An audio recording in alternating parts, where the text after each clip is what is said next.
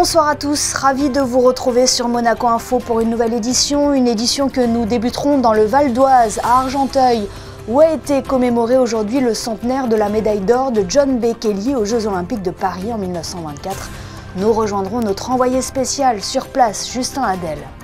Du beau monde sur les tatamis monégasques à l'occasion du tournoi international de judo de Monaco Trophée Gérard Bertrand, une 29e édition qui aura été remportée cette année par l'Ukraine.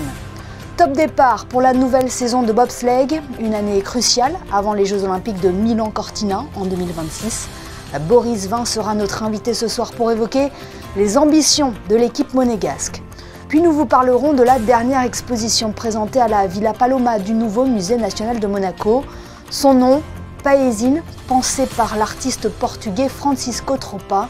Célia Bernardsconi, commissaire de l'exposition, nous en dira plus. Dans ce journal également, c'était Noël avant l'heure pour près de 2000 bénéficiaires des Enfants de Francky. Un spectacle enchanté aura donné vie au personnage de conte de fées. Samedi, vous avez pu suivre en direct sur notre antenne la cérémonie de réouverture de Notre-Dame de Paris, cérémonie à laquelle a assisté de nombreux chefs d'État et de gouvernement, dont son Altesse Sérénissime le Prince Albert II. Le prince souverain a profité de sa présence à Paris pour se rendre ce lundi à quelques kilomètres de là, dans le Val d'Oise, où un hommage a été rendu à son grand-père maternel, John B. Kelly, que l'on surnommait également Jack Kelly. Il était un grand sportif, triple médaillé olympique en aviron. En 1924, il remportait une dernière médaille d'or sur le plan d'eau d'Argenteuil lors des Jeux Olympiques de Paris. 100 ans plus tard, on commémorait aujourd'hui l'athlète, mais aussi le grand-père qu'il a été. Un moment d'émotion capté par Justin Hadel et Camille Caloni. C'est sur les berges de la Seine, au niveau de la base nautique d'Argenteuil, que le premier hommage au grand-père John B. Kelly est donné. Le tout en présence de nombreuses autorités de la région Île-de-France, monégasques, mais surtout des cousins américains du prince souverain. Un moment de recueillement familial devant une exposition photo en plein air qui permet de souligner la grandeur de ce sportif renommé. C'est une famille de champions, ça représente un beau symbole en fait pour nous et pour l'aviron. Donc vous voyez, toute cette famille, la famille de Monaco, est pour moi, à mon cœur en tous les cas, un immense souvenir. Ce qu'il a fait, c'est quand même rare. Arriver à faire dans la même journée 2 fois champion olympique, je crois que c'est jamais arrivé. Premier triple médaillé d'or aux Jeux Olympiques dans sa discipline, il est surtout double médaillé d'or en l'espace d'1 heure dans la même journée lors des JO d'Anvers. Une performance aujourd'hui inégalée. Argenteuil reste le lieu de sa dernière médaille d'or dans la compétition internationale. En son honneur, les berges de la Seine se trouvant au niveau du club d'aviron sont rebaptisées quai John B. Kelly. Un peu plus loin dans la commune, le souverain inaugure une fresque monumentale dédiée à son grand-père, réalisée par Scaro, un artiste de renommée internationale. Un moment d'émotion qui contribue à une volonté d'entretenir un héritage sportif et familial. C'est d'entretenir l'héritage sportif, mais aussi humain qu'a laissé notre grand-père, puisqu'il a été aussi, bien sûr, un homme d'affaires, mais bien sûr un entrepreneur, bien sûr participé à la vie publique de sa ville, mais il a aussi eu un côté philanthropique, un côté humaniste tout à fait remarquable.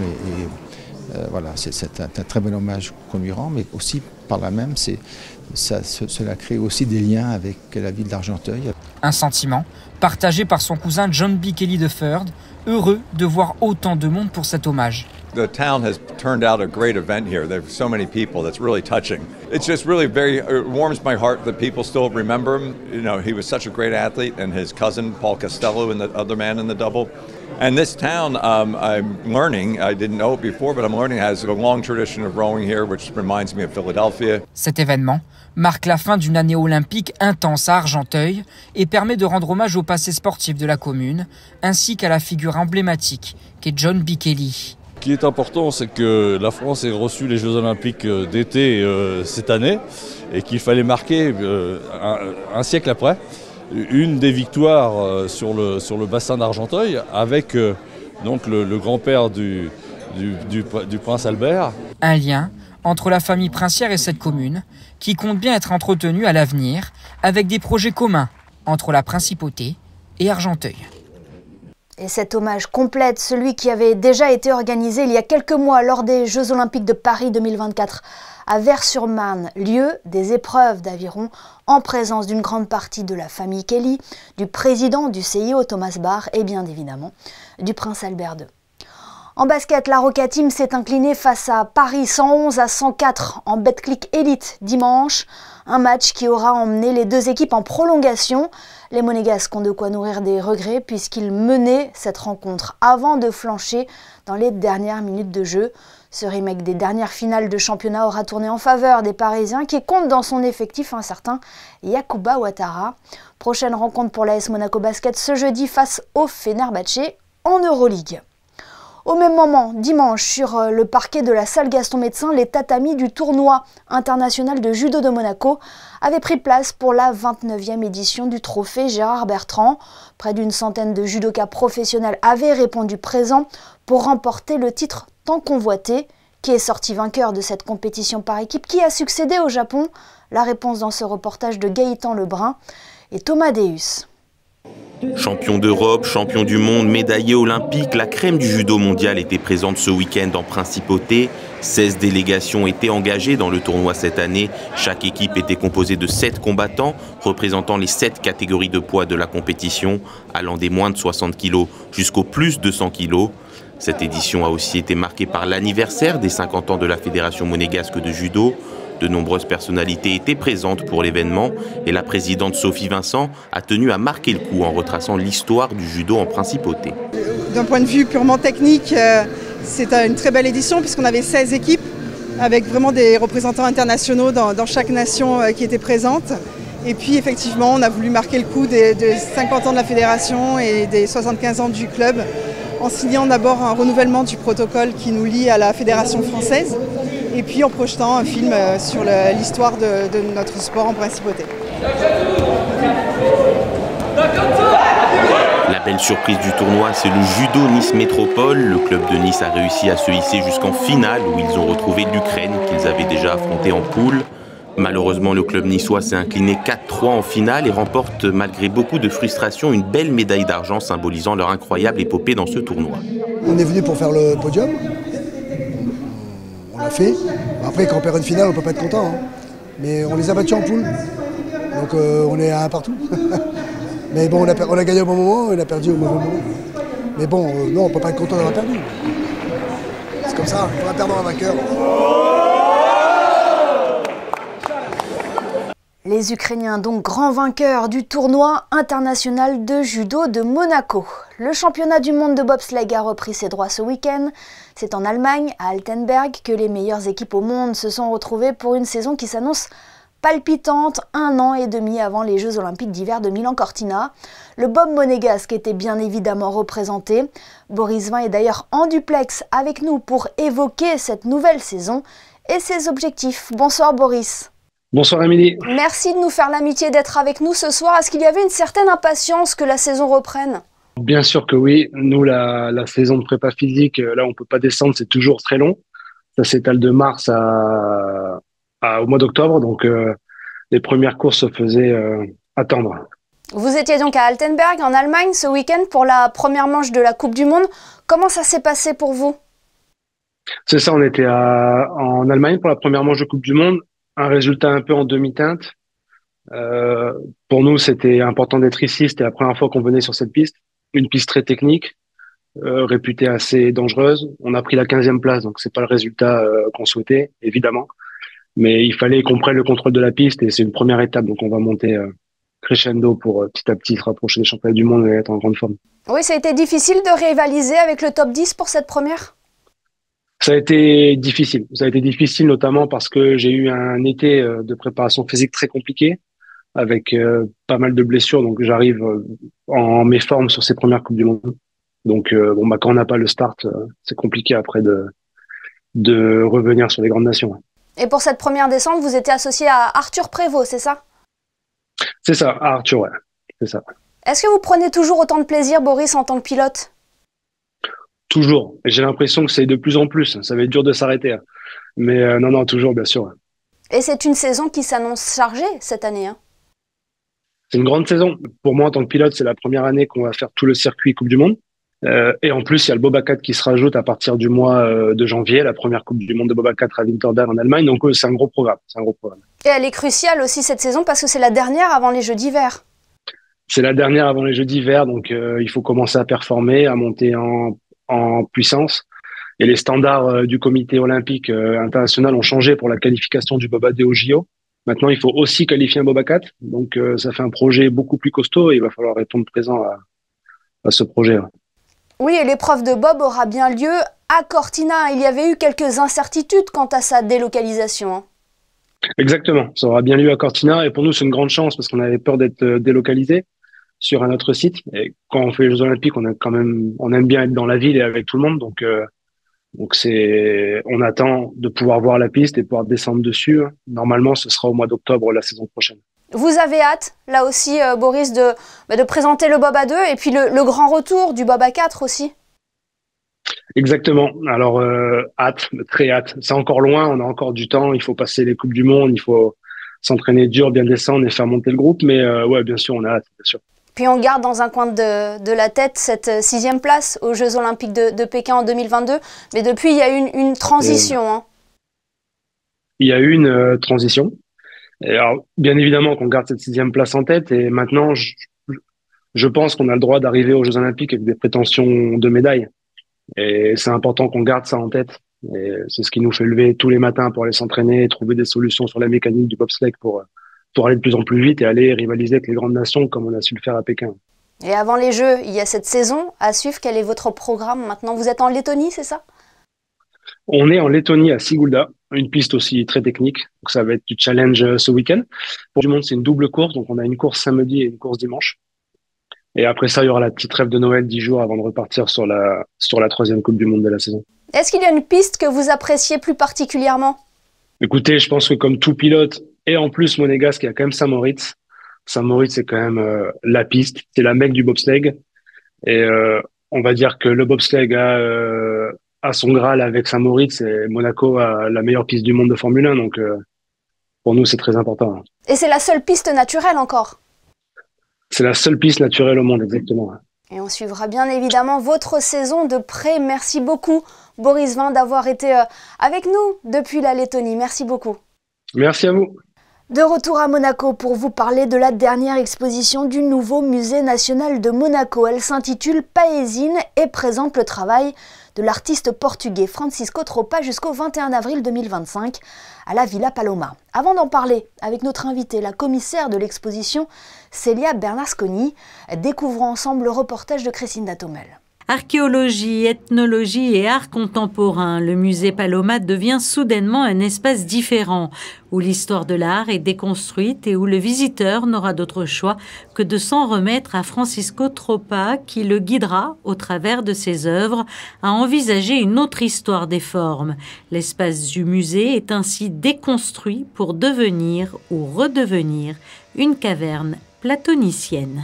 Voir une œuvre d'art, c'est une rencontre.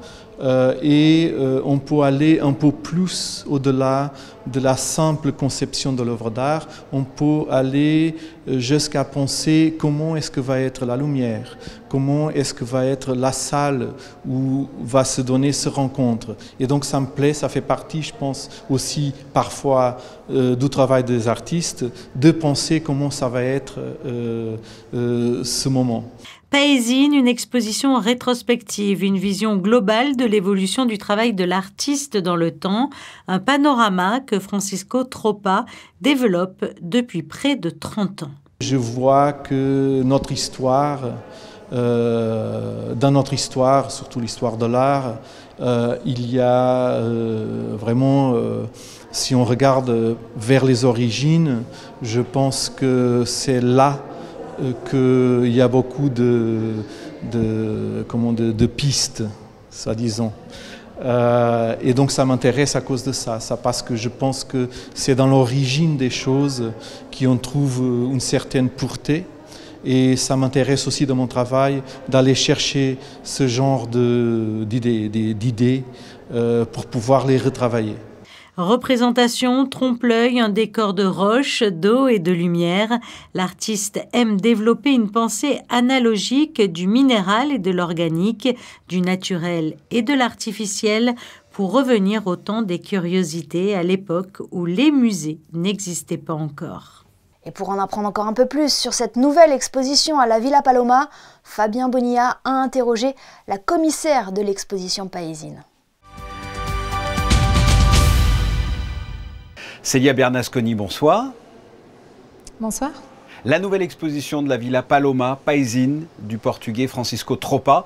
Qu'est-ce que cette exposition ?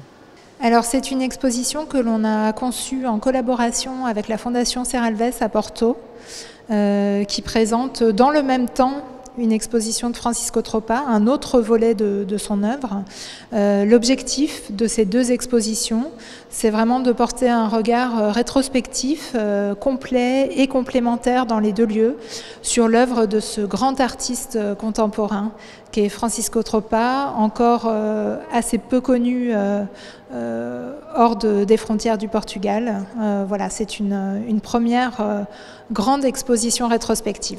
Un mot sur cet artiste. Qu'est-ce qui vous a plu justement chez lui pour vouloir faire comme ça une exposition lui étant consacrée ?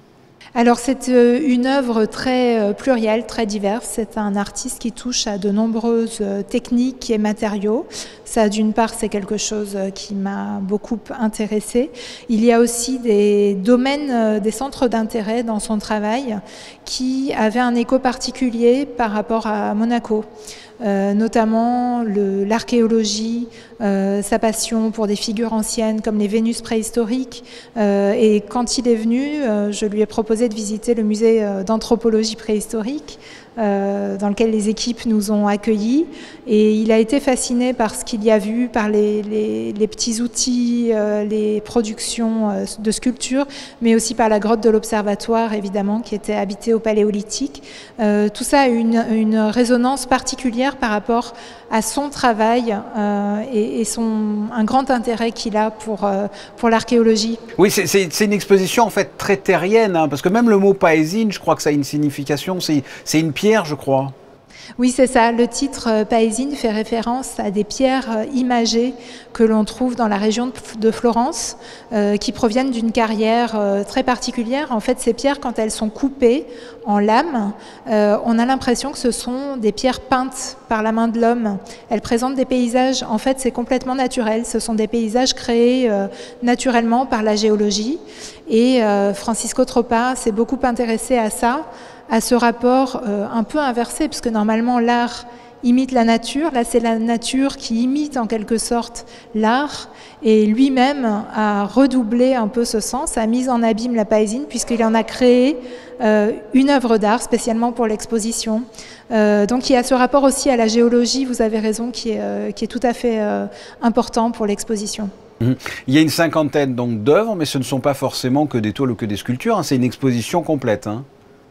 Oui, absolument. Alors les sculptures en bronze sont peut-être les œuvres les plus impressionnantes. Il y a notamment une Pénélope qui a été créée spécialement pour la terrasse de la Villa Paloma, la grande figure mélancolique de Pénélope qui fait face à la Méditerranée. Mais nous avons aussi des projections lumineuses comme l'œuvre qui se trouve juste derrière moi, intitulée Éclipse, qui a aussi été réalisée spécialement pour l'exposition. C'est une lanterne, en fait, qui est une sorte un peu d'allégorie platonicienne sur la réalité, mais aussi sur l'art. Qu'est-ce que c'est qu'une œuvre d'art ? Comment est-ce que vous avez élaboré la scénographie ? Alors la scénographie, elle a été élaborée par Francisco Tropa lui-même, puisqu'il a vraiment pris en compte l'architecture de la Villa Paloma pour concevoir l'exposition. Et dans chaque salle, il a un petit peu bousculé les murs, il les a un peu tordus, il a séparé les salles en deux, symboliquement, à travers des projections d'Agathe. Et donc toute la scénographie, c'est vraiment son dessin, parce qu'on peut dire que finalement, au-dessus peut-être de la variété des techniques qu'il emploie, c'est le dessin qui prime. C'est vraiment le dessin qui lui permet de concevoir ses œuvres, mais aussi de concevoir les expositions. Dernière question, pourquoi faudrait-il tout simplement aller voir cette exposition à la Villa Paloma ? Parce que je crois que c'est un des très très grands artistes contemporains, parce qu'il y a de grandes découvertes, parce qu'il y a un rapport très sensuel à la sculpture et parce que je pense qu'on y apprend aussi beaucoup de choses. Il y a des histoires qui sont vraies, qui sont de l'ordre de l'archéologie. Il y a aussi des archéologies fictives et fictionnelles. Donc je crois qu'à tous les âges, on peut avoir beaucoup de plaisir à découvrir les œuvres de Francisco Troppa. Eh bien, Paesine de Francisco Troppa à découvrir du 6 décembre au 21 avril 2025. Merci Célia Bernasconi d'avoir répondu à mes questions. Merci. Solidarité à présent, une journée de rêve et de bonheur a été offerte à près de 2000 enfants. Des enfants de Francky, association qui vient en aide depuis 1997 aux enfants défavorisés ou malades de Monaco et de la région PACA. Chaque année, l'objectif est d'offrir à ces enfants un Noël magique, comme ont pu le constater Émilie Flamin et Camille Caloni. Offrir un moment d'évasion à des milliers d'enfants. C'est l'objectif du Noël de Francky depuis maintenant 27 ans. C'est une joie que j'ai dedans, que je veux transmettre aux enfants et eux, ils captent cette énergie et c'est ça que je veux, c'est ça que c'est beau parce que leur vie est faite de maladies, est faite de pauvreté, est faite de tellement de choses que vous ne pouvez pas imaginer. Ils sont contents de venir et c'est beau, c'est très beau. Les parents aussi, oui, sont très contents. Et ça, c'est un plaisir, ça c'est ce que j'aime, écouter et savoir. Des rires, des applaudissements, de la musique et de la danse. Pendant 1 heure, enfants et parents ont rêvé au rythme des différents artistes qui se sont succédés pour leur plus grand bonheur. J'ai tout aimé, surtout les danses avec les lumières. C'est génial, c'est juste du bonheur, c'est un spectacle formidable. Je sais que ça mobilise beaucoup de bénévoles et ça me fait très plaisir qu'ils puissent profiter de ce beau spectacle. Et que serait un Noël sans cadeau? Chaque enfant a pu repartir avec les bras bien chargés. C'est du maquillage.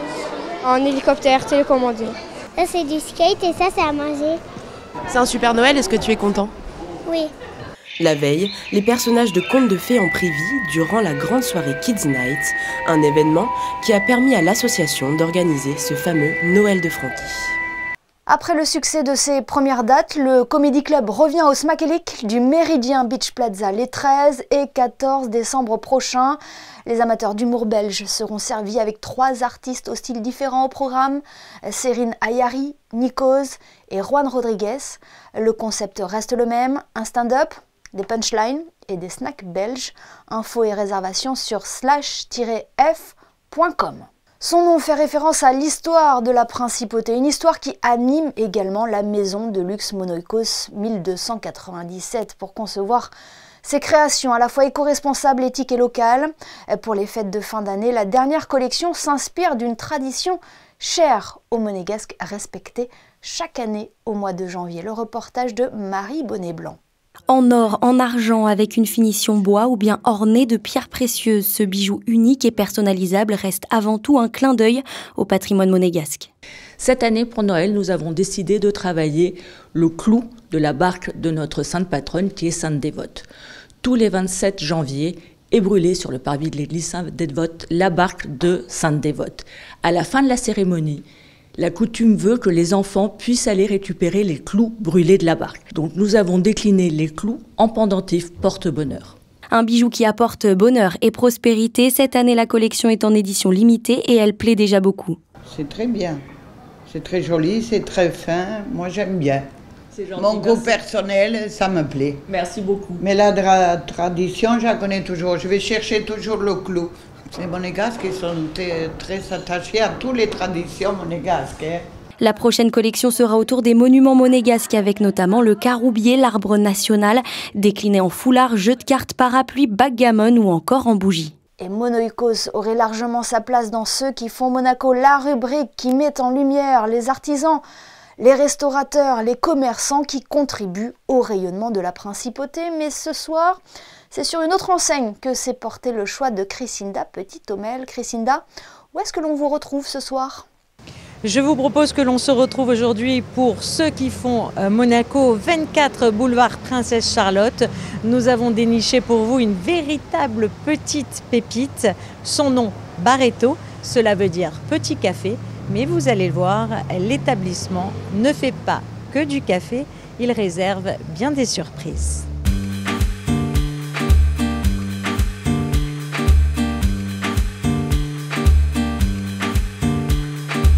Barreto, alors c'est né honnêtement d'une passion de mon mari qui a toujours travaillé dans la principauté, dans la restauration et on a beaucoup voyagé et je pense que la concrétisation était d'ouvrir notre restaurant, notre bébé et on le découvre dans la carte, c'est un mélange de saveurs italiennes mais aussi des petites touches de tout ce qu'on a pu visiter avant les enfants.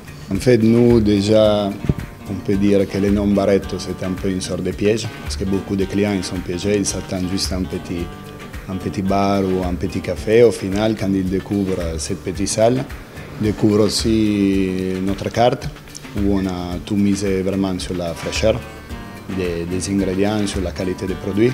On a un chef vraiment magnifique, on travaille qu'avec des légumes bio, du poisson sauvage, on fait des pâtes fraîches. La plupart des choses, c'est maison, on fait les desserts maison, on fait les pains pour les club sandwich, pour les lobster roll. Donc, et la plupart des clients ils sont vraiment étonnés de ça, ils ne s'attendent pas du tout ça. Et en plus, on propose un service en continu que c'est quand même encore un peu rare à Monaco. Nous, la cuisine, il ouvre à midi et en continu jusqu'à 22h, on propose toute la carte. Les pâtes du jour du chef fait maison, c'est quelque chose qu'on vend vraiment bien. Lobster roll. Le fameux lobster roll, le pain viennois brioché qui est conçu par notre chef, plaît beaucoup. On fait le English breakfast et ça c'est quelque chose que je sais que beaucoup de personnes aiment. Avocado toast, c'est vrai qu'on a quand même une plage horaire où on couvre vraiment toute la journée, donc on peut commencer de 7h30 du matin avec un croissant farci, un croissant au beurre, on passe jusqu'à 11h30 sur cette carte-là et après on retrouve aussi la partie cocktail comme j'expliquais le soir, les apéritifs, c'est vraiment, on exploite on va dire à peu près toute la plage horaire de la journée. C'est pas un snacking, il faut venir et prendre un peu de temps parce qu'on fait tout minute, donc voilà. Il faut prendre un petit peu son temps pour découvrir le restaurant. Barreto vous accueille du lundi au samedi dès 7h du matin et ce jusqu'à 22h. Ici, le service est en continu. Vous pouvez prendre votre petit déjeuner, vous pouvez déjeuner ou encore faire l'apéritif. Chez Barreto, on vous accueille toujours avec le sourire dans un esprit familial et convivial. Vous pouvez également prendre un takeaway et puis l'établissement vous proposera peut-être très prochainement un service de livraison à domicile. Place à présent à vos prévisions météo. Pour cela, Alban Gingembre nous a rejoint en studio. Bonsoir Alban. Est-ce qu'une amélioration est prévue pour la journée de mardi ? Bonsoir Émilie, bonsoir à tous. C'est un ciel plus lumineux qui nous attend demain en principauté. Quelques passages nuageux sont attendus mais bien moins denses que ces derniers jours. Un léger vent frais toujours présent mais pas de pluie. Côté température, il fera 8 degrés le matin et jusqu'à 12 degrés l'après-midi. Et en ce mardi 10 décembre, nous fêterons les Romariques. Le 10 décembre qui correspond également à l'anniversaire du prince héréditaire Jacques et de la princesse Gabriella qui fêteront demain leurs 10 ans. Ce journal est à présent terminé. Merci de nous avoir suivis. Dans quelques instants, retrouvez les experts foot Christophe Paco et David Ducci pour évoquer toute l'actualité du ballon rond et la victoire samedi de l'AS Monaco face à Toulouse. Quant à nous, rendez-vous demain à 19h pour un nouveau JT sur Monaco Info. Bonne soirée.